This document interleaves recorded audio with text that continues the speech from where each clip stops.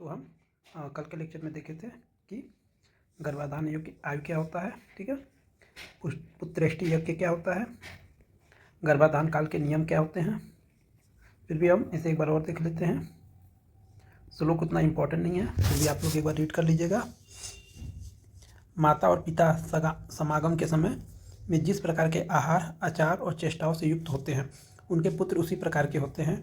हर संतान के काय, वाक और मन के प्रति भिन्नता इसी कारण से आती है। अर्थात शुक्र और शोणित का जब समागम होता है, ठीक है, उस समय माता का आहार, विहार, किस दोष की प्रधानता है, ये पुत्र की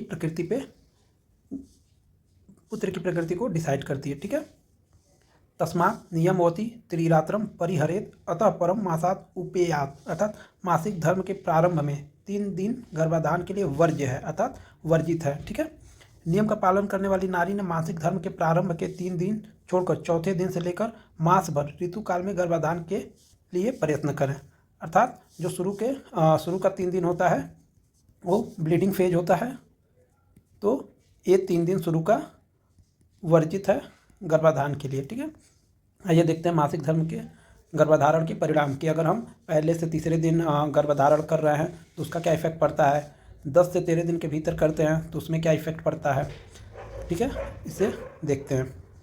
मासिक धर्म के अगर प्रथम दिन में ही गर्भधारण करते हैं तो पुमान की आयु का क्षय होगा, अर्थात जो पुत्र होता है, ठीक है, पुमान होगा, उसकी आयु का क्षय होगा। मासिक धर्म के दूसरे दिन अगर गर्भाधान होता है तो शिशु 10 से 13 दिन के भीतर मर जाएगा। मासिक धर्म के तीसरे दिन अगर गर्भाधान होता है तो शिशु कृश होगा, दुर्बल होगा तथा अल्पायु अर्थात कम आयु का होता है। मासिक धर्म के चौथे दिन अगर या उसके उपरांत गर्भाधान होता है तो शिशु जो होगा वो पुष्ट शरीर वाला और दीर्घायु होगा, ठीक है। मासिक धर्म के चौथे दिन का नियम क्या है, तदा ही यह दृश्यमेव पश्यति चिंतयति व तादृशम प्रसूत इति। अष्टांग संग्रहकार ने यह श्लोक दिया है, श्लोक इम्पोर्टेंट नहीं है। इस समय नारी जैसे पुमान आदि को देखती है अथवा जैसे का चिंत्य करती है वैसे ही शिशु को जन्म देती है। अर्थात चौथे दिन जैसे पुमान को देखती है, जिस बारे में थिंकिंग करती है, वैसे ही पुत्र को, जैसे उसकी थिंकिंग होगी वैसे ही पुत्र को जन्म देगी, ठीक है। संतान प्राप्ति के लिए आचार्यों ने अलग अलग दिन बताए हैं, ठीक है। अलग अलग आचार्यों ने कि किस दिन गर्भाधान होगा तो पुत्र की प्राप्ति होगी, किस दिन कब गर्भाधान होगा तो कन्या होगा और कब नपुंसक की प्राप्ति होगी। जैसे चरक ने बताया है कि युग्म दिवस में अगर गर्भाधान करते हैं तो पुत्र की प्राप्ति होगी और युग्म दिवस में कन्या की प्राप्ति होती है। सुश्रुत ने 4, 6, 8, 10 और 12 दिन में गर्भाधान के लिए पुत्र प्राप्ति का बताया है। 5वें, 7वें, 9 और 11वें दिन कन्या प्राप्ति होगी और 13वें दिन को निंदनीय बताया था, नपुंसक प्राप्ति के लिए बताया है। तो सुश्रुत ने 13वें दिन को निंदनीय माना है, ठीक है। अष्टांग संग्रहकार ने 8वें, 10वें और 12वें दिन पुत्र प्राप्ति के लिए बताया है। 5वें, 7वें और 9वें दिन कन्या प्राप्ति के लिए और 11वें और 13वें दिन नपुंसक की प्राप्ति के लिए बताया है। अर्थात 11वां और 13वां दिन इन्होंने भी निंदनीय माना है, ठीक। गर्भाधान का वर्णन अष्टांग संग्रह का श्लोक है, इंपॉर्टेंट नहीं है उतना, ठीक है। जब मास भर का संचित रज मासिक स्राव से निकल जाता है तब नूतन रज और गर्भाशय शुद्ध हो जाता है, ठीक है। बीज स्वरूप शुद्ध हुआ विकृत रहित वायु द्वारा प्रेरित होता है तथा पंच महाभूतों की उचित मात्रा के साथ शुद्ध आर्तों में मिल जाता है और अपने पूर्व जन्मकृत शुभाशुभ कर्मों द्वारा प्रेरित जीवात्मा से युक्त होकर गर्भाशय में पहुंच जाता है। गर्भाशय में स्थित होकर गर्भ की वृद्धि प्रारंभ हो जाती है। फिर नेक्स्ट श्लोक देखेंगे, श्लोक इंपॉर्टेंट नहीं है ये, आप लोग इसे एक बार रीड कर लीजिएगा। तत्र स्त्री पुंसयो संयोगे तेज शरीराद्वायु दीरयति ततस्तेजो अनिल सन्निपातश्च शुक्रश्च्युतम योनिम प्रतिपद्यते संसृज्यते च आर्तवेन ततो अग्नि संयोगात संसृज्यमानो गर्भाशयम प्रतिपद्यते। सुश्रुत शारीर स्थान तीसरे चैप्टर का 4वां श्लोक है। इसमें क्या आचार्य बताते हैं, गर्भावतरण प्रक्रिया अर्थात फॉर्मेशन ऑफ जाइगोट के बारे में बता रहे हैं, ठीक है। स्त्री पुरुष के संयोग में वायु शरीर में तेज को उत्तेजित करती है। तदंतर तेज और वायु की सक्रियता से शुक्रच्युत अर्थात इजाकुलेशन होकर स्त्री की योनि में पहुंचता है और वहां पर आर्तों से मिल जाता है अर्थात ओवम से मिलता है। तदंतर अग्नि और सोम के संयोग से सृजित होता हुआ वह गर्भाशय में आश्रय लेता है, ठीक है। वह गर्भाशय के अचिंत्य होते हुए भी लिंग शरीर से तत्सर ही सत्व रज तम एवं देव असुर भाव से प्रेरित होता है और वायु की प्रेरणा से गर्भाशय में प्रविष्ट होकर अवस्थित हो जाता है। अर्थात स्पर्म एंड ओवम मिलते हैं, ठीक है, स्पर्म एंड ओवम मिलेंगे, ठीक है, फिर वहाँ पे जाइगोट का फॉर्मेशन होता है। आचार्य ने इस श्लोक में यही बताया है, ठीक है। अब यहाँ पे सबसे पहले उन्होंने क्या बताया है कि सत्व रज और तम एवं देव असुर भाव से प्रेरित हुआ वायु की प्रेरणा से, ठीक है। तो जब शुक्र और शोणित मिलते हैं, ठीक है, तब पुत्र की प्रकृति डिसाइड होती है, ठीक। और ये प्रकृति डिपेंड किस पे करती है? बाहर का इन्वायरमेंट कैसा है, अर्थात बाहर का काल कैसा है, समय पे, ऋतु पे, और उस समय माता पिता के में किस दोष की प्रधानता है, उसके अकॉर्डिंग पुरुष की प्रकृति डिसाइड होती है। तो ठीक उसी तरह इन्होंने बोला है कि लिंग शरीर से तत्सर ही सत्व रज तम एवं देव असुर भाव, अर्थात प्रकृति में क्या होती है? राजसिक होती है, ठीक है, तामसिक होगी और सात्विक होगी। ये 3 प्रकृतियाँ होती हैं। तो जो सात्विक प्रकृति होती है उसे देव प्रकृति भी बोलते हैं, ठीक है। जो तामसिक प्रकृति होगी उसे असुर प्रकृति बोलते हैं, ठीक है, अर्थात तम गुण की अधिकता होती है। तो इस लाइन में आचार्य ने यही बताया है कि लिंग शरीर से तत्क्षण ही सत्व रज और तम एवं देव असुर भाव से प्रेरित हुआ वायु की प्रेरणा से गर्भाशय में प्रविष्ट होकर अवस्थित तथा इम्प्लांटेशन हो जाता है, ठीक है। इंपॉर्टेंट है ये गर्भोपद घातकर भाव, ठीक है, श्लोक इंपॉर्टेंट नहीं है, ठीक है। गर्भवती स्त्री ने अति मैथुन, अति परिश्रम, भार उठाना, भारी ओढ़ना, असमय में जागना या सोना, कठिन आसन, शोक, क्रोध, भय, उद्वेग, वेग का धारण करना, ठीक है, श्रद्धा अर्थात गर्भावस्था में किसी वस्तु की चाह का रोकना, ठीक है, उपवास, सफर या यात्रा, तीक्ष्ण उष्ण गुरु, विष्टंभी भोजन, लाल वस्त्र, कुएं में झांकना, मध्य मांस, चित्त लेटना और जिनको अनुभवी स्त्रियां पसंद न करती हूँ उनको छोड़ देवें, रक्त मोक्षण वमनादि स्थापन, अनुवासन बस्ती को भी 8वें मास तक छोड़ देवें। इन कार्यों को करने से आम गर्भ बह जाता है अथवा मिसकैरेज हो जाता है अथवा कुक्षी सूख जाता है अथवा मर जाता है, इंट्रायूट्राइन डेथ हो जाती है, ठीक है। तो गर्भ जब धारण हो गया हो तो इन चीज़ों को गर्भवती महिला को अवॉइड करना चाहिए कि वो इन सब चीज़ों को ना करें, ठीक है। काफ़ी लोग के क्वेश्चन में आता है कि कुएं में झांकना क्यों मना है? कुएं में झांकना उस समय के ऋषि मुनि इसलिए मना किए थे कि उस समय जो पानी वानी भरने का काम होता था वो पहले कुएं का ही वो था, नदी था और कुएं थे, ठीक है। तो उस समय अगर गर्भवती स्त्री पानी लेने जा रही है या कुएं में देख रही है किसी भी प्रकार से और उस समय वीकनेस हुई है तो कुएं में गिर सकती है, ठीक है। तो इसलिए वहाँ पे कुएं में झांकने के लिए मना किया गया था, ठीक है। मद्य और मांस का वर्जन क्यों किया गया था? मांस और मद्य उष्ण भी होते हैं, गुरु आहार होते हैं, ठीक है, जो पाचन में कठिनता से पचित होते हैं, ठीक। इस वजह से इसका अवॉइड करने के लिए बोला गया है। ये श्लोक इंपॉर्टेंट है, आपको इसे याद करना है, ठीक है। गर्भोघातकर अस्तित्व में भावा भवंती तद्यथा उत्कट विषम कठिन आसन, जैसे जैसे तोड़ रहा हूँ आप लोग उसे पढ़ते जाइएगा। उत्कट विषम कठिन आसन, सेविन्या, वात मूत्र पुरीस, वेगानु देखो वेगान होगा, उप होगा यहाँ पे, रुंधतया, दारुण अनुचित व्यायाम सेविन्या, तीक्ष्ण उष्ण अतिमात्र सेविन्या, प्रमितासन सेविन्या, गर्भो म्रियते अंत कुक्षे अकाले व संसरते शोषी व भवती, ठीक है। एक बार और श्लोक को हम देख लेते हैं। गर्भोघातकर अस्तित्व में भावा भवंती तद्यथा उत्कट विषम कठिन आसन सेविन्या, वात मूत्र पुरीस, वेगान उपरुंधतया, दारुण अनुचित व्यायाम सेविन्यास, तीक्ष्णो उष्ण अतिमात्र सेविन्या, प्रमितासन सेविन्या, गर्भो म्रियते अंत कुक्षे अकाले व संसरते शोषी व भवति, अर्थात गर्भ का उपघात, ठीक है, गर्भ उपघात कर, ठीक है। तो गर्भ का उपघात अर्थात हानिकारक अर्थात नाश करने वाले ये भाव हैं, जैसे उत्कट आसन में बैठना, विषम आसन में बैठना, कठिन आसन पर बैठना, ठीक है। इन सब के तरीके से मिसकैरेज हो सकता है, ठीक है। वेगों को धारण करने से, ठीक, वात मूत्र पुरीस वेगान उपरुंध अर्थात वात मूत्र और पुरीस का वेग धारण करने से भी मिसकैरेज हो सकता है। अत्याद रूढ़ अनुचित व्यायाम सेवन्या अर्थात अनुचित या कठोर व्यायाम करने से भी मिसकैरेज हो सकता है। तीक्ष्ण उष्ण अतिमात्र सेवनिया अर्थात तीक्ष्ण और उष्ण द्रव्यों को अधिक मात्रा में सेवन करने से भी मिसकैरेज होता है। ठीक है, फिर देखिए प्रमितासन सेवनिया अर्थात अल्प मात्रा में भोजन करने से।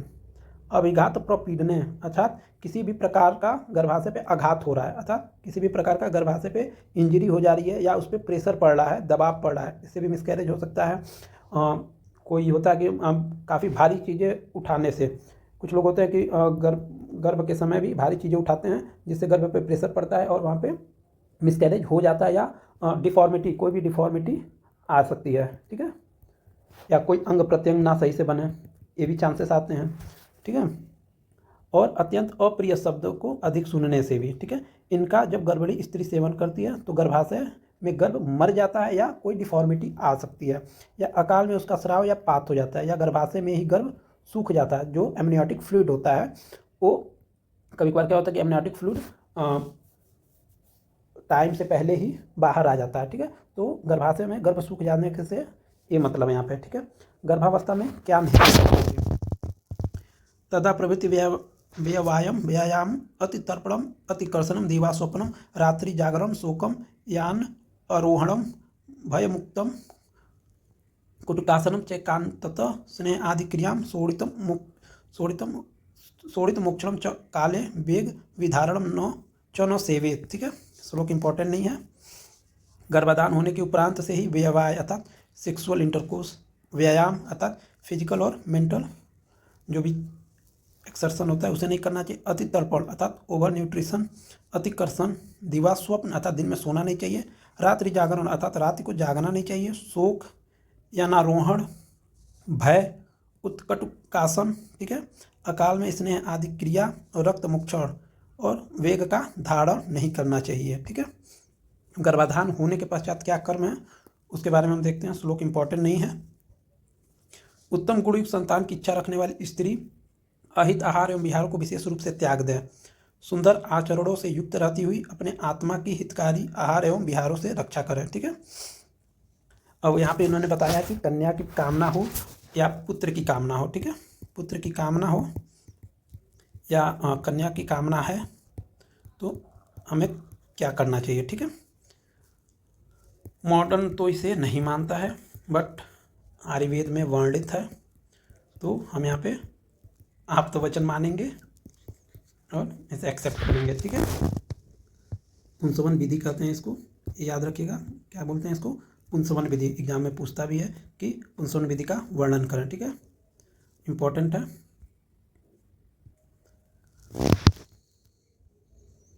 जिस स्त्री को गर्भाधान हो गया है और वह पुत्र प्राप्ति की इच्छा रखती है तो अपने दाहिने नासापुट में लक्ष्मणा, बटसुंग, सहदेव और विश्वदेव इन औषधियों में से किसी एक को दूध में पीसकर उनकी 3-4 बूंद डाल लें। ठीक है, अच्छा दाहिने नासा में। ठीक है, और गले में आ जाने पर इसे थूके नहीं, और अगर कन्या की कामना हो तो इन बूंदों को वाम नासापुट में डालना है। ठीक है, तो अगर पुत्र की इच्छा कर रहा है तो इन औषधियों को लक्ष्मणा, वटसुंग, सहदेव और विश्वदेव को दाहिने नासापुट में। ठीक है,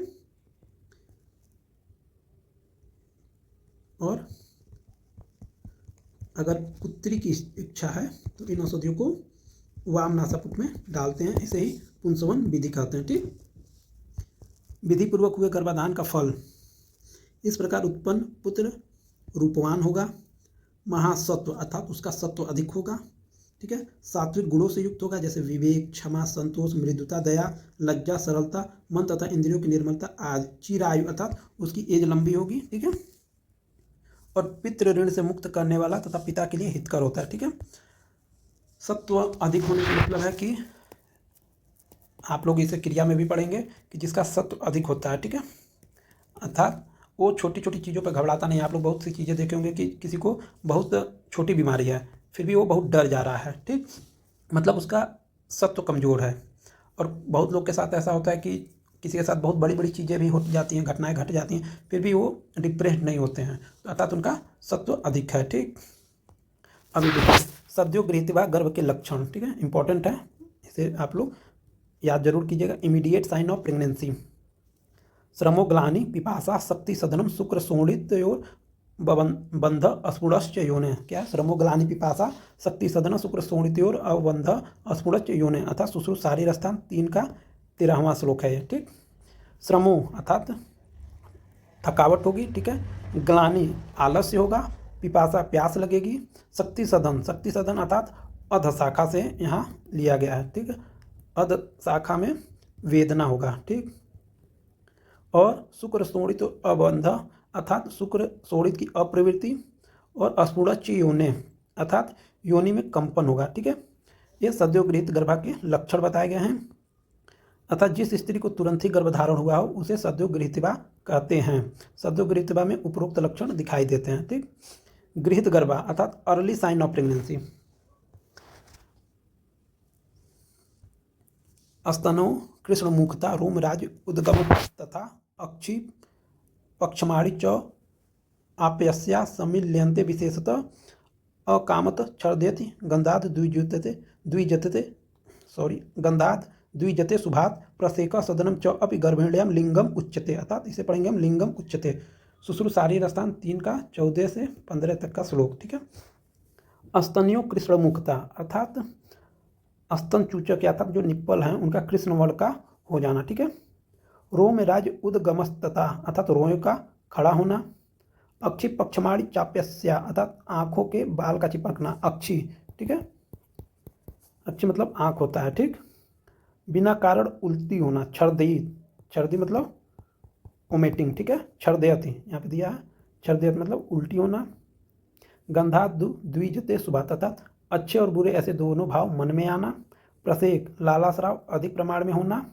सदनम शरीर के अंग का दुखना अर्थात बॉडी एच रहेगा, ठीक है, आदि लक्षण दिखने वाली स्त्री को गृहीत गर्भा समझना चाहिए, ठीक है। गर्भाधान होने पे क्या लक्षण आते हैं उसे देखते हैं। सिम्टम ऑफ प्रेगनेंसी, श्लोक इंपॉर्टेंट नहीं है। गर्भ के व्यक्त होने पर लक्षण कृशता, उदर में भारीपन होगा, मूर्छा, वमन, अरोचक अर्थात रुचि खत्म हो जाएगी, ठीक है, जम्भाई, मुख में लालास्राव अर्थात सलाइवेशन, शिथिलता, रोमांच का उत्पन्न होना, खटाई की चाह अर्थात क्रेविंग होगी, स्तनों में मोटाई होगी, स्तन में दुग्ध, चुचकों में कृष्णवर्णता, पैरों में शोफ, अन्न का विदा एवं नाना प्रकार की इच्छाएं प्रकट होती हैं, ठीक है। लिंग विनिश्चय अर्थात सेक्स डिटर्मिनेशन, तत्र शुक्र बाहुल्यात पुमान आर्तो बाहुल्यात स्त्री साम्याद योने पुंसक इति अर्थात शुक्र और शोणित के संयोग में शुक्र की अधिकता होने पर पुत्र एवं आर्तों की अधिकता होने पर पुत्री तथा शुक्र शोणित की समान मात्रा अगर है तो नपुंसक संतान होती है, ठीक है। रजस वाला स्त्री के प्रथम 3 दिन गर्भाधान के लिए त्याज्य माने गए, जिसे हम आगे पढ़े भी हैं, ठीक है। प्रथम 3 दिन वर्जित है, ठीक है, और 13वां दिन निंदनीय है अकॉर्डिंग टू सुश्रुत, और 11 और 13 दिन अष्टांग संग्रहकार के अकॉर्डिंग निंदनीय, ठीक है। युगमेशु तु पुमान प्रोक्तुम दिवसेवन्यथा आबला, ठीक है, दक्षिण वृषण से उत्पन्न पुंबीज पुत्रजनक होता है और वाम वृषण से जो स्पर्म निकलता है वह कन्या का वो करता है, ठीक है, इंपॉर्टेंट नहीं है, ठीक है। फिर वही हम ग्रंथ में लिखा गया है, दक्षिण बीज ग्रंथि से उत्पन्न स्त्री बीज पुत्रजनक होता है। अच्छा, यहाँ पे देखिए वृषण की बात किए हैं, ठीक है, और यहाँ पे ओवरी की बात किए हैं, ठीक। वृषण से क्या बोले हैं, दक्षिण वृषण से पुत्र उत्पन्न हो रहा है, ठीक है, और दक्षिण ओवरी से पुत्र जनन हो रहा है, ठीक है। तो जो भी दक्षिण होगा वृषण या ओवरी, ठीक है, उसे पुत्र की ही प्राप्ति होगी, ठीक है, आप लोग ऐसे याद रखेंगे, ठीक है। और वाम बीज ग्रंथि से स्त्री बीज कन्याजनक होता है, ठीक। चरक शारीर स्थान में क्या वर्णन है, संतान का पुत्र या पुत्री होना या पूर्व जन्म के कर्मों पर निर्भर करता है, इसमें स्त्री का कोई वश नहीं है, ठीक है। तो यहाँ पे जैसे हम लोग कहते हैं कि अभी भी गांव में ये भ्रांतियाँ हैं कि अगर पुत्र पैदा नहीं हो रहा है, सिर्फ स्त्री पैदा हो मतलब पुत्री पैदा होती है तो लोग फीमेल को ही दोषी मानते हैं, ठीक है। तो यहाँ पे चरक ने साफ दिया कि संतान का पुत्र या पुत्री होना पूर्व जन्म के कर्मों पर निर्भर करता है, इसमें स्त्री का कोई वश नहीं होता है, ठीक। सारंगधर क्या कहते हैं, समीरणा, चंद्रमुखी और गौरी 3 नाड़ियों स्त्रियों के भंग द्वार में होती हैं, अर्थात ये 3 नाड़ी स्त्रियों के वजाइनल कैनाल में पाई जाती हैं। कौन कौन सी? समीरणा, चंद्रमुखी और गौरी। ठीक, समीरणा नाड़ी पर अगर वीर्यपात अर्थात एजाकुलेशन होता है तो गर्भ की स्थापना ही नहीं होती है। ठीक है, अर्थात गर्भाधान ही नहीं होगा अगर समीरणा नाड़ी पर वीर्यपात होगा। और यदि चंद्रमुखी नाड़ी पर वीर्यपात हो तो फीमेल चाइल्ड होगा। ठीक, चंद्रमुखी नाड़ी पर वीर्यपात अगर इजाकुलेशन होता है तो फीमेल चाइल्ड, और गौरी नाड़ी पर वीर्यपात होता है तो मेल चाइल्ड की प्राप्ति होती है। ठीक, क्या करेंगे, क्या याद रखेंगे कि अगर समीरणा नाड़ी पे इजाकुलेशन होगा तो कुछ नहीं होगा। ठीक, चंद्रमुखी पे होगा तो फीमेल चाइल्ड होगा, और अगर गौरी पे होगा तो मेल चाइल्ड की प्राप्ति होगी। ये किसके अकॉर्डिंग है? सारंगधर के अकॉर्डिंग। ठीक, हाँ, फिर आइए नेक्स्ट देखते हैं। चरकसारी स्थान में ही इन्होंने क्या बोला है, जैसे दोष रहित तो सुंदर बीज यदि खेत में बोया जाए तो वह अपने प्रकृति के अनुसार धान से धान, जौ से जौ रूप में अंकुरित होता है। वैसे ही स्त्री और पुरुष ये दोनों हेतु के अनुसार विभक्त जो गर्भ होते हैं, अनुसार विभक्त जो गर्भ उत्पन्न होगा वह पुरुष लिंगी होगा या स्त्रीलिंग, इसका कुछ आगे सिद्धांत बताए गए हैं। ठीक है, तो वही सिद्धांत है कि युग्म दिवस पे क्या होगा और अयुग्म दिवस पे क्या होगा, जिसे हम आगे पढ़ चुके हैं। ठीक, हम लोग देखेंगे कि मतलब दक्षिण बीज ग्रंथि से ओव्यूलेशन होगा तो क्या होगा, और वाम से क्या होगा, तो वाम से ओव्यूलेशन अगर हो रहा है तो क्या होगा। ठीक है, आप लोग इस चार्ट को एक बार देख लीजिएगा, इंपॉर्टेंट नहीं है उतना। बीज भाग और अवयव में विकृति। ठीक है, श्लोक इंपॉर्टेंट नहीं है, फिर भी हम एक बार रीड कर देना। यस यस ही अंग अवयव अस्य बीजे बीज भागे उपतप्तो भवति तस्य तस्य अंग अवयव अस्य विकृति उपजाते न उपजाते च अनुपतापात। ठीक है, अर्थात प्रत्येक फलित बीज में सूक्ष्म रूप में शरीर के समस्त अंग और प्रत्यंगों के बीज भाग होते हैं। ठीक है, जो भी कलल होता है। ठीक है, आप अगर सुश्रुत का मासिक गर्भ वृद्धि देखेंगे तो उनका प्रथम मास का श्लोक है, प्रथमे मासे कललम जायते। तो जो कलल बनता है, ठीक है, उसमें संपूर्ण शरीर के बीज भाग रहते हैं, सूक्ष्म रूप में होते हैं बट संपूर्ण शरीर के बीज भाग रहेंगे। ठीक है, पंच महाभूतों से उन पर प्रक्रिया होती है। ठीक है, जैसे आप लोग उसमें भी पढ़े हैं कि वायु विभजित तेजेनम पचति आपा क्लेदयन। ठीक है, तो पंच महाभूत की उन पर क्रिया होगी। ठीक है, तभी तो वायु विभक्त करेगा उसे। ठीक है, तेज का पाचन करेगा और आकाश उसको बढ़ाता है, तो पंच महाभूत की इस पर क्रिया होती है। ठीक, अग्नि तत्व से उनका पाचन होगा। उस समय किसी प्रत्यंग का बीज भाग अर्थात उपतप्त डिटोरिएट हो गया है तो उस बीज भाग से उत्पन्न होने वाले प्रत्यंग में विकृति पाई जाती है। ठीक है, बीज भाग उपतप्त नहीं हुआ तो उस बीज भाग से उत्पन्न होने वाले प्रत्यंग में विकृति नहीं पाई जाती, अर्थात उस समय जो कलल होगा, ठीक है, उसमें जो बीज भाग होंगे उसके, ठीक है, अगर हाथ का कोई बीज भाग है, ठीक, और उस बीज भाग में कोई डिफॉर्मिटी आ गई, ठीक, तो जो बच्चा पैदा होगा उसके हाथ में भी वो डिफॉर्मिटी पाई जाएगी। ठीक है, इसका मतलब यही है। पुंग बीज को क्या बोलते हैं? स्पर्मेटोजोआ। स्त्री बीज को क्या बोलेंगे? ओवम या ओवा। बीज भाग अर्थात क्रोमोसोम्स एंड जीन। ठीक है, बीज भाग अवयव, बीज भाग से उत्पन्न होने वाले भ्रूण के अंग प्रत्यंग अर्थात बॉडी पार्ट्स। ठीक है, बीज भाग अवयव मतलब क्रोमोसोम या जीन्स के जो पार्ट होंगे। ठीक, और कुछ जगह बीज भाग अवयव को डीएनए भी कहा गया है, तो ठीक है ना, डीएनए अगर कहा गया है तो डीएनए के अंदर ही तो जीन्स प्रेजेंट होते हैं, और जीन एक कैरेक्टर लेकर आता है, और एक जीन एक बॉडी के एक पार्ट को फॉर्म करता है। तो अगर उस जीन में कोई डिफॉर्मिटी आ गई तो बॉडी के उस पार्ट में भी डिफॉर्मिटी आएगी। ठीक, कुछ जगह पे बीज भाग अवयव से संबंधित विवाद भी पाए गए हैं। ठीक है, क्योंकि एनिशिएंट है तो मॉडर्न अपना अलग दिखाता है। मॉडर्न ये शो करता है कि भाई हमने तो अभी रिसर्च किया है, हमारा सही है, जबकि हमारे आचार्यों ने कई हज़ार साल पहले ही ये चीज़ बता के गए हैं। ठीक है, तो मॉडर्न मानता नहीं है जल्दी। ठीक है, बीज भाग अवयव में विकृति होने से जन्मजात गर्भ विकृति अर्थात कॉन्जिनेंटल एनोमलीज हो सकती है, या जन्मोपरांत विकृतियाँ भी आ सकती हैं। ठीक है, विकृत आर्तों का प्रभाव, विकृत शुक्र का प्रभाव, विकृत सात्मय, विकृत रसज, विकृत सत्व और विकृत आत्मज प्रभाव से भी गर्भ में विकृतियाँ आ सकती हैं। ठीक है, अगर शुक्र की कमी है या ओवम में कोई डिफॉर्मिटी है तो उसका भी इफेक्ट पड़ता है। ठीक है, गर्भ में विकृत आर्तों का श्लोक इंपॉर्टेंट नहीं है, फिर भी हम इसकी एक बार थ्योरी देखेंगे। ठीक है, जब वातादि दोषों को प्रकोपित करने वाले आहार विहार का स्त्री सेवन करती है तब वातादि दोष कुपित होकर शरीर में फैलते हुए रक्त और गर्भाशय को प्राप्त करते हैं, परंतु संपूर्ण रक्त अथवा गर्भाशय को दूषित नहीं करते हैं। ऐसी दशा में जब वह स्त्री गर्भ धारण करती तब उस गर्भ के मातृ जो पितृज अवयव में से किसी एक अथवा अधिक अवयव में विकृति उत्पन्न हो जाती है। ठीक है। अच्छा, जो भी दोष प्रकोपित करने वाले आहार विहार का हम सेवन करते हैं वह मातृ जो पितृज अवयव में जाकर डिफॉर्मिटी क्रिएट करता है। ठीक, जिस जिस अवयव में बीज में अथवा बीज भाग में दोष प्रकोपित होते हैं उन बीज या बीज भागों से उत्पन्न होने वाले अवयव में विकृति होती है। ठीक है। अच्छा, जो दोष जाएंगे और जिन बीज भाग को डिफॉर्म करेंगे उनसे जो अवयव बनेंगे उन बीज भाग से उसमें डिफॉर्मिटी आएगी। ठीक, जब उस स्त्री के सोड़ी तथा गर्भाशय के बीज भाग प्रदुष्ट होता है तब वह स्त्री बंध्या संतति उत्पन्न करती है। ठीक है। जब उस स्त्री के सोड़ित और गर्भाशय के बीज भाग प्रदुष्ट होते हैं तब वह पूती प्रजा संतति उत्पन्न करती है। ठीक है।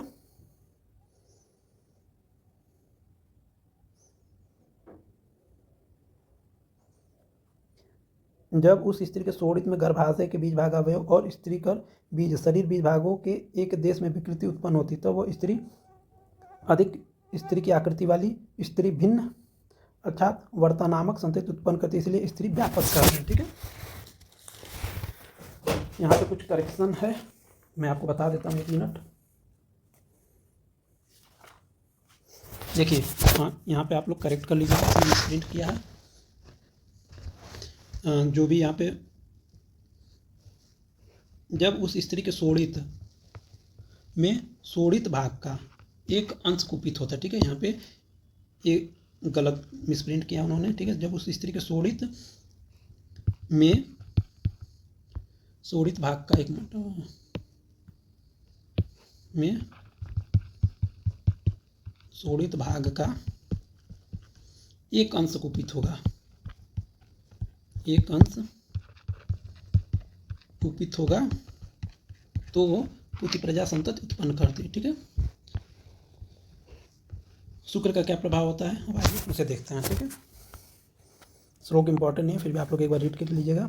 जब पुरुष के बीज में संपूर्ण उत्पादक भाव कुपित होते हैं तब वह पुरुष का बीज बंध्य पुत्र को उत्पन्न करता है, और जब पुरुष के बीज में बीज के एक अंश कुपित होता है तो वह पूती प्रजा संतान उत्पन्न करता है। ठीक है। जब पुरुष के बीज में प्रजनन भाग का एक अंश एवं पुरुष कर शरीर के उत्पादक भाग का एक अंश दुष्ट होता है तब पुरुष की आकृति से अधिक समानता रखने वाले पुरुष से भिन्न अपुरुष, ठीक है, नामक संतान उत्पन्न होती है, जिसे पुरुष व्यापक भी कहते हैं। ठीक है। मातृत्व पितृज अव्यय विकृति से साथ में आदि विकृतियों का निरूपण, इंपॉर्टेंट नहीं उतना, आप थ्योरी एक बार इसको रीड कर लीजिएगा। ठीक है।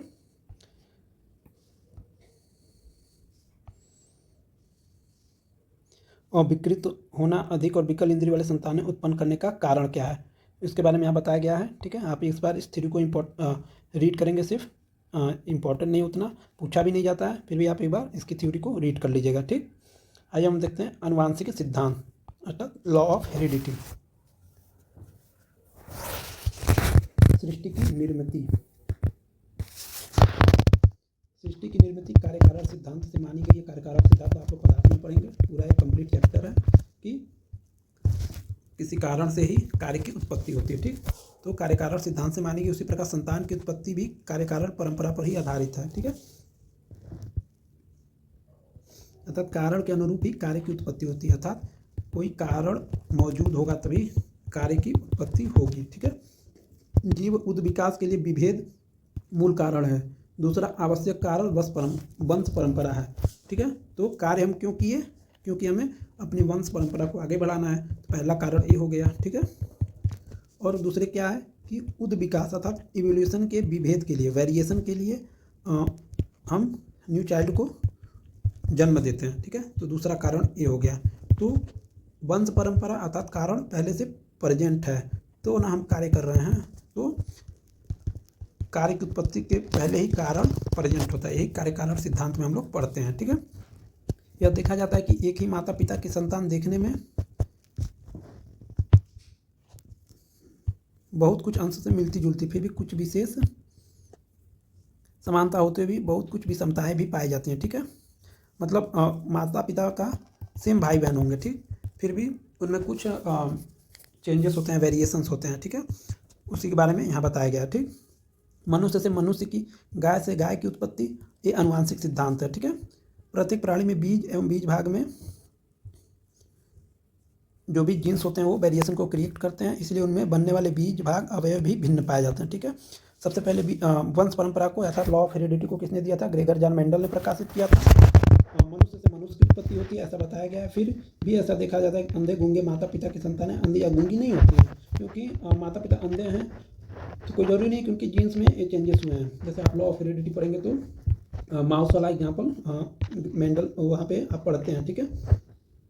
अभी तो माता के बीज में माता के और माता के पूर्वज के गुण दोष पाए जाते हैं, उसी प्रकार पिता के बीज में भी पिता के साथ साथ उनके पूर्वज के भी गुण दोष आते हैं। यही गुण दोष उनकी संतति में भी अनुवर्तित है।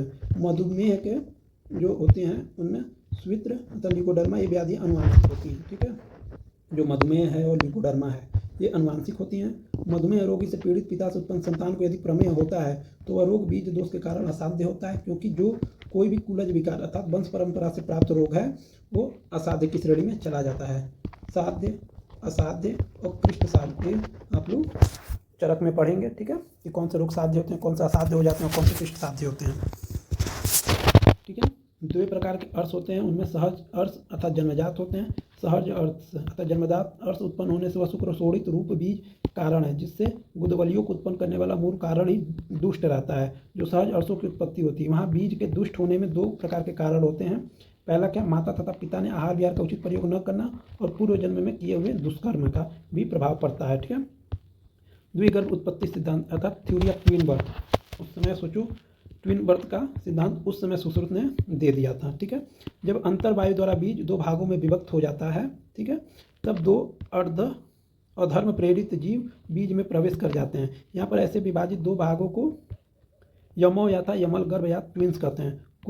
कई जगहों पर जुड़वा गर्भधारण में भी अनुवांशिकता पाई जाती है, ठीक है। तो मतलब उस समय जो जाइगोट होता है, ठीक है, उसमें वायु के द्वारा उसका विभाजन हो जाएगा, वहाँ पे ट्विंस का निर्माण होता है। गर्भ का पोषण श्लोक इम्पॉर्टेंट नहीं है उतना। गर्भाशय में स्थित गर्भ माता के सोते समय सोता है, जागते समय जागता है और इस समय गर्भ सब प्रकार से पराधीन अर्थात डिपेंड होता है अपने माता पे, ठीक है। माता जो आहार लेगी उससे ही बच्चे का भी आहार मिलता है, ठीक है। तो पूरी तरह डिपेंड होता है अपनी माता पर। तो इसी वजह से हम देखते हैं कि माता का आहार क्या है, विहार क्या है, आचरण क्या है, इन सब का इफेक्ट बच्चे पर पड़ता है, ठीक है। गर्भधारणा से प्रसव काल तक गर्भाशय के उपस्नेहन और उपस्वेदन से उसका निर्वाह हो जाता है। गर्भ पोषण माता के आहार रस दो प्रकार के होते हैं, प्रथम 3 महीने, तीसरे महीने के बाद, ठीक है। प्रथम 3 महीने तक उपस्नेहन न्याय से जैसे तालाब के किनारे के पेड़ रिसाव का पानी प्राप्त कर बढ़ते हैं, वैसे ही प्रथम 3 महीने तक गर्भ कलल स्वरूप में होता है, ठीक है। प्रथम मास से कलनम जाते से प्रथम मास में कलल का होता है, ठीक है। उपस्नेहन न्याय के अनुसार गर्भणी के शरीर में संचार करने वाली धमनियों के स्नेह अंश से गर्भ का पोषण होता है, ठीक है। अर्थात जो भी धमनियाँ गर्भ के पास से होकर गुजर रही हैं, ठीक है, उनके स्नेहन से उसका पोषण हो जाएगा, ठीक। तीसरे महीने के बाद अपर अर्थात प्लेसेंटा बन जाता है और नाभि डांडी अर्थात अम्बलिकल कॉर्ड से केदारी कुल्लिया न्याय के अनुसार जिस प्रकार एक बगीचे को सींचने के लिए कुल्लिया अर्थात नाली बनाई जाती हैं और जो केदारी निकट होती है कुल्लिया का जल वहाँ सबसे पहले पहुँचता है, उसी प्रकार अन्य रस धातुओं की अग्नियों से क्रमानुसार पाक होकर धातुओं में परिणित हो जाता था। तीसरे मंथ के बाद प्लेसेंटा फॉर्म हो जाता है, अम्बलिकल कॉर्ड का फॉर्मेशन हो जाता है, तो उसके द्वारा फीटस को न्यूट्रिशन मिलता रहता है, ठीक है। आहार पर गर्भ का जीवन चक्र इंपॉर्टेंट नहीं है, फिर भी हम एक बार इसे रीड कर लेते हैं जो दिया हुआ है। प्यास और भूख से रहित गर्भ परतंत्र वृत्ति अर्थात माता के अधीन होता है। गर्भ गर्भाशय में गर्भाशय के उपस्नेह और उपस्वेद से अपना जीवन निर्वाह करता है, ठीक है। इसके बाद सभी अंग प्रत्यंग व्यक्त हो जाते हैं, तब गर्भ की नाभि में नाड़ी जुड़ी रहती है। नाड़ी में अपरा अर्थात प्लेसेंटा जुड़ी रहती है और अपरा का संबंध माता के हृदय के साथ रहता है। माता के हृदय उस अपरा को स्पंदमान अर्थात जिसमें रक्त दिका वहन होता है, शिराओं द्वारा रस रक्त देता रहता है, वह रस गर्भ के बल और वर्ण को उत्पन्न करने वाला होता है, ठीक है। चक्रपाणी के अनुसार देखा जाए तो अपरा या गर्भ की नाभि नाड़ी से प्रतिबद्धित है, जुड़ी हुई रहती है, इसलिए हम इसे अमरा कहते हैं, ठीक है। अपरा निर्माण हम आगे पढ़ेंगे भी और अम्बिलाइकल कार्ड का फॉर्मेशन हम मॉडर्न एम्ब्रियोलॉजी में भी पढ़ते हैं और इसमें भी पढ़ते हैं। एक लेक्चर में ऐसा डालूंगा जिसमें प्लेसेंटा फॉर्मेशन मॉडर्न के अकॉर्डिंग और आयुर्वेद के अकॉर्डिंग एक ही में रहेगा, ठीक है। एक लेक्चर में सिर्फ दोनों को एक साथ पढ़ा देंगे, क्योंकि यूनिवर्सिटी एग्जाम में कभी कभार पूछ लेता है कि अपरा निर्माण मॉडर्न और आयुर्वेद के अकॉर्डिंग समझाइए, ठीक है। इसमें देखिए चरकसाली रसस्थान में एक श्लोक और आता है, सभी रसों से युक्त वह आहार रस गर्भणी स्त्री के शरीर में 3 भागों में विभक्त होता है। ठीक है, आहार रस जो होता है वो गर्भणी स्त्री में 3 भागों में विभक्त होता है। पहला क्या है, पहले भाग में स्व शरीर पुष्ट है अर्थात गर्भणी के अपने शरीर की पुष्टि के लिए। ठीक है, दूसरा होता है वो स्तन अर्थात दूध बनाने के लिए, और तीसरा भाग गर्भ शरीर की पुष्टि एवं वृद्धि के लिए। ठीक है, तो पहले भाग में क्या होता है, शरीर स्त्री के अपने शरीर की पुष्टि होगी, जो आहार का दूसरा भाग होगा उससे दूध का निर्माण होगा। ठीक है, और तीसरे भाग से गर्भ का पोषण होता है चरक के अकॉर्डिंग। ठीक है, जो भी आहार है वो 3 भागों में डिवाइड होता है। ठीक, देखिए वह गर्भ इस आहार रस से उपलब्ध अर्थात उसी के सारे जीवन चक्र चलाते हैं। ठीक है, तो वह गर्भ इस आहार रस से उपलब्ध होकर पराधीन होकर अर्थात माता पे आश्रित रहकर गर्भाशय के अंदर अपना जीवन व्यतीत करता है।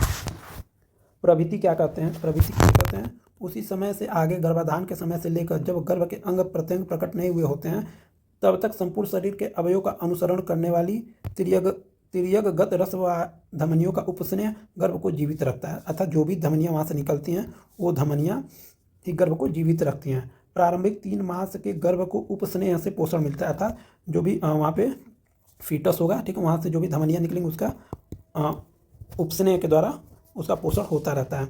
उपस्नेह का अर्थ है तरल का छन छन कर बाहर निकल आना, जैसे तालाब का जल समीप स्थित वृक्ष को पोषण प्रदान करता है। अब यहाँ पे देखेंगे अपरा निर्माण, मोस्ट इम्पॉर्टेंट है, श्लोक भी इम्पॉर्टेंट है, और ये मॉडर्न और आयुर्वेदा दोनों के अकॉर्डिंग SAQ में भी आता है और LAQ में भी पूछा जाता है। ठीक है, SAQ में आएगा तो बस अपरा निर्माण पूछ लेगा या प्लेसेंटा का फॉर्मेशन पूछ लेगा। ठीक, और अगर LAQ में आएगा तो 10 नंबर में आएगा तो आपको दोनों लिखना पड़ेगा। ठीक है, आप लोग इसे ध्यान से पढ़िएगा, मॉडर्न का भी मैं नोट डाल दूंगा, दोनों को एक ही साथ एक ही लेक्चर में डाल देंगे। ठीक है, तो पहले श्लोक देखिए, गृहीत गर्भाणाम आर्तवाहनाम स्रोतसाम वर्तमान अवरुध्यन्ते गर्भेण। ठीक है, तस्मात् गृहीत गर्भाणाम आर्तवन दृश्यन्ते ततस्ततः प्रतिहतम ऊर्ध्वम आगातम अपरम च उपचीयमानम अपरा इत अभिधीयते। अर्थात पहले भी मैं आपको बताया था फर्स्ट लेक्चर में कि जो भी पहले से 5वें दिन ब्लीडिंग होती है, ठीक, अगर गर्भाधान हो गया, ठीक, तो मेंस्ट्रुअल साइकिल रुक जाती है। ठीक, मेंस्ट्रुअल साइकिल रुक जाती है तो जो मेंस्ट्रुअल फ्लूइड होता है, ठीक, वो अब नीचे नहीं आता है, नीचे नहीं आएगा। जब नीचे नहीं आएगा तो ऊर्ध्वगामी हो जाता है, वो ऊर्ध्वगामी होकर ऊपर की तरफ हो जाता है और वहाँ पे स्तन्य अर्थात दूध का फॉर्मेशन करेगा और प्लेसेंटा अर्थात अपरा का निर्माण करता है। ठीक है, हम पहले ही लेक्चर में देख सकते हैं, उसे हम आज यहाँ पे डिटेल में पढ़ रहे हैं। ठीक, तो आइए फिर देखते हैं। गर्भणी स्त्री के आर्तव स्रोतों का गर्भ द्वारा अवरोध हो जाने से गर्भणी स्त्री में प्रसव काल तक आर्तस्राव नहीं होता है। ठीक है, जो भी वहाँ पे स्रोतस होते हैं उनका गर्भ के द्वारा अवरोध हो जाता है। ठीक, तो वो आर्तो योनि द्वार तक आता नहीं है, इससे प्रसव काल में आर्तों का स्राव नहीं होता है। ठीक, इसी तरह आर्तो नीचे से अवरोध होने पर ऊपर की ओर आकर अपरा का निर्माण करता है, अर्थात वही आर्तो जो अधोगामी था। ठीक, ठीक, अर्थात नीचे की तरफ आता था अपान वायु के द्वारा। ठीक, वो अब ऊर्ध्वगामी हो जाता है क्योंकि गर्भ के द्वारा स्रोतों का अवरोध हो गया है। ठीक, अब ऊर्ध्वगामी होकर अपरा का निर्माण कर रहा है। ठीक, शेष आर्तो गर्भणी के स्तनों में प्रविष्ट हो जाता है, जिससे गर्भणी स्त्री के स्तन पीले उठे हुए तथा बड़े दिखाई देते हैं और यहाँ पे वो स्तन में प्रविष्ट होकर स्तन्य अर्थात दूध का निर्माण करता है। ठीक, इसी आर्तों से स्तनियों में स्तन्य अर्थात दुग्ध की उत्पत्ति होती है। इसे आप लोग ध्यान रखेंगे कि स्तन और स्तन्य में डिफरेंस होता है। स्तन किसे बोलते हैं, ब्रेस्ट को, और स्तन किसे बोलते हैं, मिल्क को, जो उसमें मिल्क होता है उसे स्तन्य बोलते हैं। ठीक, सुश्रुत का डल्हर टीका पे एक श्लोक है,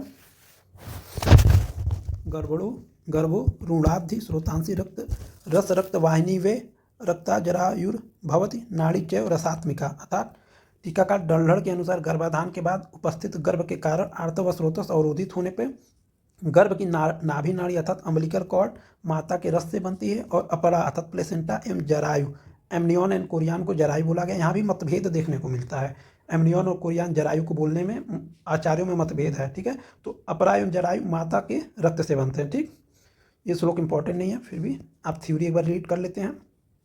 अष्टांग संग्रहकार अर्थात वृद्ध भागवत के अनुसार गर्भवती के रजोवायु स्रोतों के मार्ग गर्भ द्वारा उपरुद्ध अर्थात अवरोध हो जाते हैं, इसलिए गर्भाधान हो जाने पर आर्तों का दर्शन नहीं होता है और वह उपरुद्ध होने के कारण जितना जितना आर्तव आता है उतना वो संचित होता जाता है और अपरा का रूप धारण करता है। इसे कुछ आचार्य इसे जरायु भी कहते हैं, ठीक। सुश्रुत का ही वर्ड इन्होंने भी बोला है, ठीक। अष्टांग संग्रहकार के अनुसार अपरा और जरायु यह पर्यायवाची शब्द हैं और आधुनिक अनुसार अपरा को प्लेसेंटा बोलेंगे और जरायु को वर्निक्स कैसियोसा और एमनियोटिक मेम्ब्रेन कहते हैं, ठीक। स्तन्य का फॉर्मेशन देखते हैं हम। स्तन्य की उत्पत्ति रसात स्तन्य संभव, ठीक है। उपधातु में आप पढ़ेंगे भी इसको चरक में, अर्थात रस धातु के प्रसाद अंश से स्तन्य की अर्थात मदर मिल्क की उत्पत्ति होती है। स्तन्य का प्रमाण क्या है? 2 अंजलि बताया गया स्तन्य का प्रमाण। स्तन्य की परिभाषा आपको उपधातु में पढ़ना पड़ेगा और श्लोक भी याद करना पड़ेगा, तो चरक के अकॉर्डिंग भी होता है और सुश्रुत के अकॉर्डिंग। कोई जरूरत नहीं है कि आप चरक के अकॉर्डिंग ही वहाँ पे याद करें, कहीं कहीं चरक का श्लोक टफ पड़ता है तो वहाँ पे हम लोग सुश्रुत का श्लोक याद कर लेते हैं, ठीक है। जैसे सार परीक्षा में हम देखते हैं तो सार परीक्षा में मेनली हम लोग चरक का श्लोक बहुत लंबा है, ठीक है, तो वहाँ पे सुश्रुत का श्लोक याद करते हैं, ठीक। उसी प्रकार यहाँ पे भी हम आप याद करेंगे। रस प्रसादो मधुरा पक्वाहार निमित्तज कृतस्न देहात स्तनो प्राप्त स्तन्यम इत अभिधीयते, ठीक है। श्लोक एक बार आप फिर पढ़ेंगे। रस प्रसादो मधुरा पक्वा आहार निमित्तज, क्या है? पक्वा आहार निमित्तज कृतस्न देहात स्तनो प्राप्त स्तन्यम, ठीक है, क्या है? स्तन्यम इत अभिधीयते, ठीक, स्तन्यम इत अभिधीयते। और यहाँ पे आप लोग ये भी लगा सकते हैं, ठीक। कोई जरूरी नहीं है कि स्तन्यम ही लिखें, यहाँ पे ईरर भी कहीं कहीं के प्रोफेसर होते हैं इसे कि बीच में म कैसे आ जाएगा, इसको काट देते हैं क्योंकि व्याकरण की दृष्टि से यह शब्द सही नहीं है, ठीक।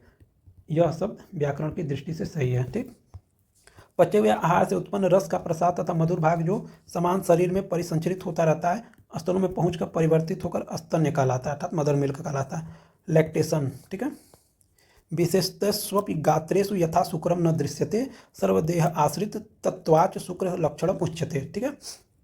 सर्व शरीर व्यापी होने के कारण शरीर के अंगों के विच्छेदन पर भी जिस प्रकार शुक्र नहीं दिखाई देता उसी प्रकार शुक्र के सदृश ही सर्वदेह आश्रित स्तन्य नहीं दिखाई देता है, ठीक है। हम लोग वहाँ पे पढ़े थे कि शुक्र जो होता है संपूर्ण शरीर में फैला रहता है, ठीक है, और उस समय जो एक्साइटमेंट होता है उस समय शुक्र अपने स्रोतसों से निकल के स्रोत वाहिनियों द्वारा वृषण में आता है, ठीक। ठीक उसी प्रकार स्तन्य भी संपूर्ण शरीर में फैला रहता है और स्रोतसों द्वारा स्तन में जाके प्रविष्ट होता है।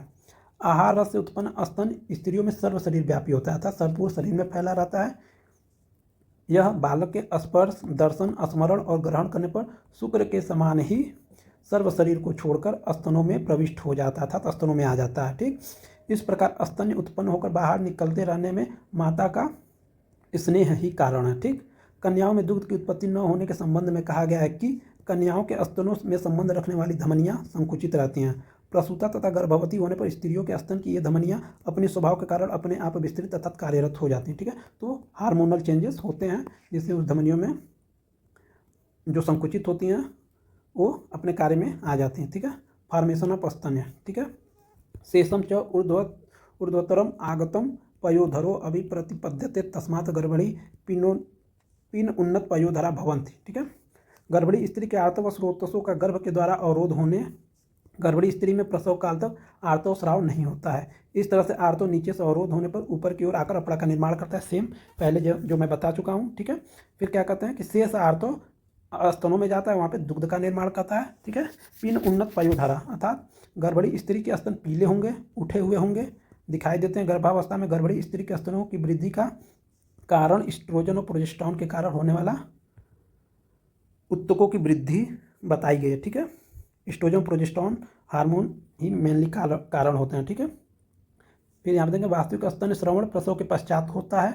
अपरा के विभक्त अर्थात सेपरेट होने पर प्रोलैक्टिन का स्राव स्वतंत्र रूप से आरंभ हो जाता है, ठीक है, जब डिलीवरी हो जाती है, ठीक है। तो अपरा काट के निकाल दिया जाता है, तो उसी को यहाँ पे बोल रहा है कि अपरा के विभक्त हो जाने या सेपरेट हो जाने पर प्रोलैक्टिन का स्राव होता है।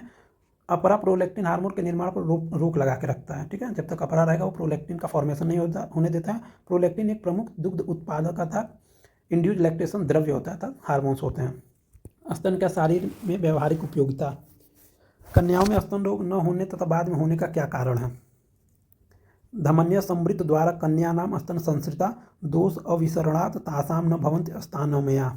कन्याओं अर्थात young girls who have never conceive, जो कंसीव नहीं की है, कि स्तनों में आश्रित धमनियों के द्वारा समृद्ध या संकुचित होते हैं, जो आगे भी बताया हूँ। संकुचित होने के कारण उनमें दोषों का प्रसरण न हो सकने से कन्याओं को स्तन रोग नहीं होता है, ठीक है, क्योंकि वहाँ धमनियाँ जो हैं वो संकुचित हैं, तो कोई भी दोष वहाँ तक पहुँच ही नहीं पा रहा है। गर्भणी एवं प्रजाता स्त्रियों में स्वभाव से उनकी धमनियों के मुख विवृत अर्थात डायलेट हो जाते हैं, जिसके कारण दोष भी वहाँ पहुँचते हैं और वहाँ पे स्तन रोग की संभावना बढ़ जाती है, ठीक। स्तन रोग कौन कौन से हैं? स्तन कीलक या स्तन ब्रज। स्तन कीलक का मुख्य कारण वज्र का सेवन, ठीक है। स्तन ग्रंथि अर्थात स्तन अर्बुद, ठीक है। अम्बिलिकल कॉर्ड फॉर्मेशन है भी मॉडर्न के अकॉर्डिंग भी देखेंगे हम लोग, और अभी आयुर्वेदा के अकॉर्डिंग भी देखते हैं, ठीक है। सुश्रुत के अकॉर्डिंग देखेंगे तो मातस्तु खलु रसवहायाम नाड्याम गर्भनाभि नाड़ी प्रतिबद्धा स अस्य मातुराहार रसवीर्य अभिवहति तेन उपस्नेह न अस्य अभिवृद्धि भवति, ठीक है। सब लोग इंपॉर्टेंट नहीं है, फिर भी आप लोग एक बार लर्न कर लीजिएगा। नाभि नाड़ी आज तक उतना पूछा नहीं गया है, फिर भी यूनिवर्सिटी नहीं है अभी गुरु गोरखनाथ, तो उसके पास अभी कंटेंट बहुत ज़्यादा हैं, वो कुछ भी पूछ सकता है, ठीक है। तो आप लोग एक बार इसे देख लीजिएगा। नाभि नाड़ी को गर्भनाभि नाड़ी भी कहते हैं, क्योंकि यह गर्भ की नाभि से जुड़ी रहती हैं। गर्भ के पोषण विधि का 2 प्रकार से वर्णन किया गया है। गर्भ की नाभि से नाभि नाड़ी जुड़ी होती है, नाभि नाड़ी से अपरा अर्थात प्लेसेंटा जुड़ा होता है, और अपरा से मातृ हृदय अर्थात यूट्रस लगा हुआ होता है, अतः मातृ हृदय से ही शिराओं द्वारा अपरा तक रस रक्त का संचार होता है, ठीक है। अपरा का पर्याय नाम जरायु है, वहाँ पे भी आप लोग देखे थे नीचे कि इसमें जरायु में भी आचार्यों में मतभेदता कहीं कहीं पाई जाती है। गर्भ की पुष्टि। गर्भ की नाभि में और माता के हृदय से एक नाड़ी अर्थात कॉर्ड जुड़ी रहती है, जिससे गर्भ पोषण प्राप्त होता है, ठीक है। जिस प्रकार की खेत अर्थात केदार पानी की नाली अर्थात कुलिया से पोषण प्राप्त करता है। यहाँ पे केदारी कुलिया न्याय का इन्होंने वर्णन किया, जिसे आप लोग पदार्थ में पढ़ेंगे, क्रिया में भी पढ़ेंगे, ठीक है, धातु चैप्टर के पहले। उल्ब किसे कहते हैं? वर्निस कैसियोसा। गर्भ के शरीर के चारों ओर सफ़ेद रंग का चिपका हुआ चिपचिपा और चमकीला पदार्थ रहता है, इसे ही उल्ब कहते हैं। यह एक कलाकृत कोष होता है जो भ्रूण को घेरे रहता है। उल्ब गुहा के अंदर उल्बोधक या गर्भोधक भरा रहता है। आज तक पूछा नहीं गया है, बट आगे पता नहीं, ठीक है। वैसे 5 नंबर में तो नहीं पूछे गए, इतना छोटा सा है, ठीक है। उल्बोधक या गर्भोधक एमनियोटिक फ्लूइड। गर्भ प्लस उदक इज इक्वल टू गर्भोधक, ठीक है, यह संधि से है, ठीक है। अ प्लस उ मिल के ओ हो जा रहा है, ठीक। यह द्रव उल्ब गुहा में भरा रहता है, जिससे कोष का विस्तार होता है। उल्बोधक गर्भाकाल के 7वें मास तक बढ़ता है, ठीक, और इसके बाद कुछ घटने लगता है। गर्भावस्था के अंत में केवल 1 लीटर ही उल्बोधक रह जाता है। उल्बोधक गर्भ के अंग प्रत्यंगों की बाह्य आघात से रक्षा करता है। जो भी एमनियोटिक फ्लूइड होती है वो बाहर से जो प्रेशर पड़ता है उससे गर्भ को बचाता है और गर्भ को गति देने में सहायक होता है। और इसी एमनियोटिक फ्लूइड में बच्चा तैरता रहता है या खेलता रहता है। इसमें यूरिया, कार्बनिक लवण, कुछ प्रोटीन और शर्करा पाई जाती हैं, ठीक है। ये एमनियोटिक फ्लूइड में क्या क्या कंटेंट पाया जाता है उसके बारे में बताया गया है।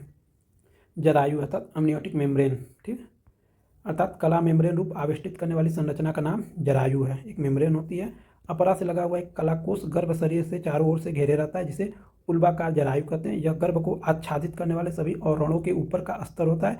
इसमें 2 स्तर होते हैं, ठीक है, 2 लेयर पाए जाते हैं। इतना इंपॉर्टेंट नहीं, इसलिए मैं यहाँ जल्दी जल्दी पढ़ रहा हूँ। जो इंपॉर्टेंट है मैं आपको डिटेल में, ठीक है। गर्भस्थ भ्रूण का मुख जरायु से ढका होने तथा कफ से वेष्टित अर्थात कवर्ड होने से वायु मार्ग अवरुद्ध होता है। इसलिए गर्भस्थ शिशु के रोने का जो मार्ग है वह वायु को आगे जाने से रोकता है, अतः गर्भस्थ शिशु रो नहीं पाता है, ठीक है। गर्भ उत्पादक सामग्री वायु में पूछ लिया जाता है, टीचर पूछ लेते हैं, इम्पॉर्टेंट है। ध्रुवम चतुर्णाम सन्निध्याद गर्भ से द्विध उपकर्म ऋतु क्षेत्र अम्बुबीजानाम सामग्र्याद अंकुरो यथा। ध्रुवम, ध्रुवम मतलब निश्चित रूप से और विधि पूर्वक अर्थात नियम के अनुसार, ठीक है। जिस प्रकार ऋतु अर्थात जो भी कोई भी बीज हम लगाते हैं, ठीक, तो वो अच्छे तरह से ग्रो करें। उसके लिए इम्पोर्टेंट क्या है? उसके लिए इम्पोर्टेंट है कि पहले तो खेत अच्छा हो, ठीक, बीज अच्छा हो, ये दोनों अच्छे भी हैं तो ऋतु अच्छा हो। ये 3 का इफेक्ट मेनली पड़ता है, ठीक। तो इसी अनुसार जिस प्रकार ऋतु अर्थात अनुकूल ऋतु, क्षेत्र अच्छी जमीन, अंबु अर्थात जल, बीज अनाज के बीज, इन 4 पदार्थों के मिलने से ही अनाज के अंकुर की उत्पत्ति होती है। उसी प्रकार इन 4 पदार्थ या भाव से मिलने से ही गर्भ की उत्पत्ति होती है, ठीक है। 4 भाव कहाँ से हैं? ऋतु, ठीक है, अर्थात अनुकूल ऋतु होनी चाहिए, ठीक है। रेगुलर मेंस्ट्रुअल साइकिल अर्थात ओव्यूलेशन। क्षेत्र अर्थात फील्ड, अच्छी जमीन अर्थात हेल्दी यूट्रस हो, ओवरी हेल्दी हो, फैलोपियन ट्यूब में कोई डिफॉर्मिटी ना हो, सर्विक्स और वेजाइनल कैनाल में भी कोई डिफॉर्मिटी ना हो। अंबु अर्थात वाटर अर्थात जल, प्रॉपर न्यूट्रिशन मिल रहा हो गर्भ को। अगर गर्भाधान हो भी गया, ठीक है, और प्रॉपर न्यूट्रिशन नहीं मिल रहा है तो गर्भ का विकास नहीं हो पाएगा, ठीक है। तो प्रॉपर न्यूट्रिशन भी चाहिए। बीज, अनाज के बीज अर्थात हेल्दी स्पर्मेटोजोआ हो और ओवम भी। ऐसा नहीं कि सिर्फ ओवम हेल्दी रहे, स्पर्म अनहेल्दी रहे तो काम चल जाएगा। स्पर्म और ओवम दोनों हेल्दी होने चाहिए, ठीक है। देखिए, हाँ, इसे आप लोग आयुर्वेदा में भी याद करेंगे। डिम्बवाही नालिका, गर्भाशय होता है, डिम्बवाही नालिका, ये दोनों फैलोपियन ट्यूब, ठीक है। अंडाशय अर्थात ओवरी, ठीक है, ये भी अंडाशय है, ओवरी। योनि अर्थात वजाइना, ठीक है, ग्रीवा। बीज या डिम्ब किसको बोलते हैं? ओवरी को बोलते हैं, ये आप लोग याद रखिएगा। आचार्य बागभट्ट ने कोष्टांगों में नाभि, डिम्ब अर्थात ओवरी, आंत और बस्ती का वर्णन किया है। डिम्ब ग्रंथि को स्त्री बीज ग्रंथि भी कहते हैं। डिम्ब ग्रंथि की संख्या महिलाओं में 2 होती है, ठीक है, ओवरी की संख्या 2 होती है। क्षेत्र अर्थात गर्भाशय अर्थात यूट्रस। स्त्रियों में आशयों की संख्या महर्षि सुश्रुत, बागभट्ट और काश्यपाद आचार्य के अनुसार 7 + 1 गर्भाशय, और आचार्य सारंगधर के अनुसार 7 + 1 गर्भाशय और 2 स्तनाशय होती है, ठीक है। आप लोग आशय पूरा चैप्टर पढ़ेंगे जिसके अंदर आमाशय और सब आशयों का पढ़ेंगे, ठीक है। आर्तवेद्वे तयोमूलम गर्भाशय, आर्तवैनस्य धमन है। यहाँ पे आर्तव स्रोतस का जिक्र किया है जो हम आगे पढ़ चुके हैं, ठीक है। देखो, आर्तव स्रोतस के मूल स्थान गर्भाशय और आर्तवाहिनी धमनियाँ होती हैं, ठीक। और आर्तों का शेप कैसा होता है, योनि का स्वरूप बताया यहाँ पे, ठीक है। श्लोक नहीं इंपॉर्टेंट, अगर श्लोक आप याद भी कर लेंगे तो कोई बात नहीं है, ठीक है। देखो, शंखानाभ्य आकृत्योर योनिस्रावर्ता सा परिकीर्तिता तस्य स्त्रीत्वावर्ते गर्भशय्या प्रतिष्ठिता। अर्थात योनि का स्वरूप शंख नाभि के समान आकार वाला होता है। योनि 3 आवर्तों अर्थात 3 सर्कुलर फोल्ड से युक्त होती है। इसके तीसरे आवर्त में गर्भ का अवस्थान रहता है, ठीक है। वहाँ पे भी हम लोग पढ़े हैं कि 3 नाड़ी इसमें होती है। कौन कौन सी नाड़ी पे वीर्यपात होता है तो क्या क्या होता है आगे हम लोग पढ़ चुके हैं, ठीक है। सुश्रुत के अकॉर्डिंग देखिए, यथा रोहित मत्स्य मुखम भवति रूपतः तत्संस्थानाम तथा रूपाम गर्भशय्याम विदबुर्धा। अर्थात गर्भाशय का स्वरूप रोहित मत्स्य के मुख के समान होता है, गर्भाशय का स्वरूप, ठीक है। और ये क्या था? योनि का स्वरूप था। योनि का स्वरूप क्या? शंखनाभि की जैसे होती है, और गर्भाशय का रोहित मछली जो होती है उसके मुख के समान होता है। यही गर्भ का स्थान या गर्भशय्या है, ठीक है। स्त्रीणाम तो बस्ती पार्श्वगतो गर्भाशय सन्निकृष्ट, अर्थात स्त्रियों में बस्ती के पीछे अर्थात पोस्टीरियर टू ब्लेडर गर्भाशय का स्थान माना गया है। गर्भाशय का स्थान कहाँ माना गया है? तो बस्ती के पीछे माना गया है, ठीक। स्त्री के जनन अंगों की व्यवहारिक उपयोगिता अर्थात क्लिनिकल एस्पेक्ट, ठीक है। परिप्लुता योनि, ठीक है। श्रोणी, वक्षण एवं पृष्ठ प्रदेश में वेदना को परिप्लुता योनि व्यापक कहते हैं।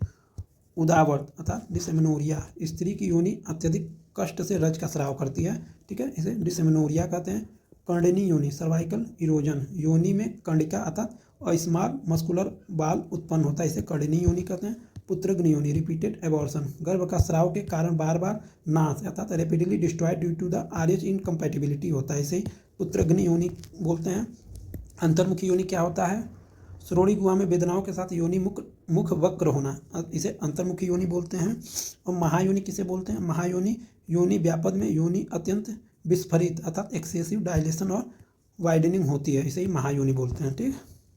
योनि की आकृति और परिणाम क्या होता है? काश्यप संहिता और सूत्र स्थान 28 के 6वें में योनि की आकृति का और उसके प्रभाव का वर्णन किया गया, ठीक। योनि की आकृति और उसके परिणाम क्या होते हैं ये आप लोग चार्ट एक बार खुद से रीड कर लीजिएगा। श्वेत प्रदर, योनि से श्वेत स्राव अर्थात व्हाइट डिस्चार्ज के लिए श्वेत प्रदर का उल्लेख किया गया है। बंध्या अर्थात इनफर्टिलिटी, गर्भाशय एवं आर्तों की जन्मजात विकृति या अनुपस्थिति के कारण गर्भाधान ना होना। ठीक है, अब आइए देखते हैं गर्भ वृद्धि कर 6 भाव है अर्थात गर्भोत्पादक 6 भाव। तत्र गर्भ से पितृज मातृज रसद आत्मज सत्व सात्म्यत जानि शरीर लक्षणान, ये इंपॉर्टेंट श्लोक है। ठीक है, गर्भ उत्पन्न होते समय उसमें पितृज मातृज रसज आत्मज सत्वज सात्मज भाव सम्मिलित होकर इन सबके समुदाय से ही गर्भ उत्पन्न होता है। और हैं क्या ये? पितृज भाव, मातृज भाव, रसज भाव, आत्मज भाव, सात्वज भाव, सात्मज भाव। ठीक है, इसे हम एक फ्लो चार्ट में भी देखेंगे। गर्भ विकास में गर्भ वृद्धि कर पितृज आदि 6 भाव तथा गर्भ से पितृज मातृज रसज आत्मज सत्वज सात्मज जान शरीर लक्षणान, अर्थात पितृज भाव, मातृज भाव, रसज आत्मज सत्वज भाव, सात्मज भाव सम्मिलित होकर सभी के समुदाय से ही गर्भ उत्पन्न होता है। ठीक है, ये द्वादश प्राण इंपॉर्टेंट नहीं है। ठीक है, फिर भी आप लोग एक बार रीड कर लीजिएगा। माता के आहार विहार से क्या होता है ये भी आप लोग हम आगे देख चुके हैं। आइए इसका सीधे फ्लो चार्ट देखते हैं कि पितृज भाव क्या है। सुश्रुत के अकॉर्डिंग इंपॉर्टेंट है, चरक के अकॉर्डिंग एक बार हम लोग रीड कर लेंगे कि चरक ने पितृज भाव क्या माना है, मातृज भाव क्या माना है। ठीक है, श्लोक आप लोग याद कर लीजिएगा, इंपॉर्टेंट है। पितृज भाव क्या है? गर्भस्य केश समश्रु लोम अस्थि नख दंता शिरा स्नायु धमनी रेता प्रभृतिनी स्थिराणि पितृजान, अर्थात सुश्रुताचार्य ने पितृज भाव क्या माना है? केश समश्रु लोम अस्थि नख दांत शिरा स्नायु धमनी रेत अर्थात शुक्र स्थिर और कठिन भाव पितृज भाव होते हैं। ठीक है, तो जो भी कठिन स्ट्रक्चर होते हैं अर्थात हार्ड स्ट्रक्चर होते हैं वो पितृज भाव से आते हैं। बट इसको याद रखिएगा शिरा स्नायु धमनी ये पितृज भाव से होते हैं क्योंकि सॉफ्ट होते हैं। और हम लोग ये सोच के चलते हैं कि जो भी सॉफ्ट हार्ड ऑर्गन होंगे या जो भी हार्ड चीज़ें होंगी वो पितृज भाव से आएंगी। बट यहाँ पे शिरा स्नायु धमनी सॉफ्ट होते हैं फिर भी ये पितृज भाव में आते हैं। चरकाचार्य ने क्या बोला है? केश समश्रु नख लोम दंत अस्थि शिरा स्नायु धमनी शुक्र आदि पितृज भाव में आते हैं। ठीक, मातृज भाव में क्या है? मांस शोणित मेदो मज्जा हरि नाभि यकृत प्लीहा आंत्र गुद प्रभृतिनी मृदुनी मातृजानी, अर्थात जो भी मृदु अंग हैं वो मातृज भाव से आते हैं। तद्यथा मांस शोणित मेद मज्जा हृदय यकृत प्लीहा आंत गुद तथा अन्य जो मृदु भाव शरीर में पाए जाते हैं वो मातृज कहलाते हैं। ठीक है, और चरक के अकॉर्डिंग अगर देखा जाए तो नाभि क्लोम बस्ती वृक पुरिसाधान अमाशय पक्वाशय उत्तरगुद अधरगुद क्षुद्रांत स्थूलांत बपावहन आदि मातृज भाव में आते हैं। ठीक है, देखिए यहाँ पे भी इन्होंने दिया है कि त्वक लोहित मांस मेद नाभि हृदय क्लोम यकृत प्लिया वृक वस्ती पुरिसाधान अमाशय पक्वाशय उत्तरगुद अधरगुद ये सब मातृज भाव में आते हैं। ठीक है, यहाँ पे देखिए मृदु रस रक्त मांस मज्जा और गुद आदि अष्टांग हृदय ने भी माना है। रसज भाव अर्थात न्यूट्रिटिव फैक्टर सुश्रुत के अकॉर्डिंग शरीर उपचय बलम वर्ण स्थिति हानिष्ट रसजान, अर्थात शरीर उपचय शरीर की धातुओं की वृद्धि बल वर्ण स्थिति तथा क्षय ये सब आहार भाव आहार रस द्वारा प्राप्त होते हैं। ठीक है, और ये शरीरस्य अभिनिवृत्ति अभिवृद्धि प्राणानुबंध तृप्ति और पुष्टि और उत्साह आदि ये जो है रसज भाव से आते हैं। ठीक है, आत्मज भाव क्या है? इंद्रियाणि ज्ञानम विज्ञानम आयु सुख दुख आदिकम च आत्मजान, अर्थात जो भी इंद्रियां हैं ज्ञान विज्ञान है आयु सुख दुख ये सब भाव आत्मा से प्राप्त होते हैं।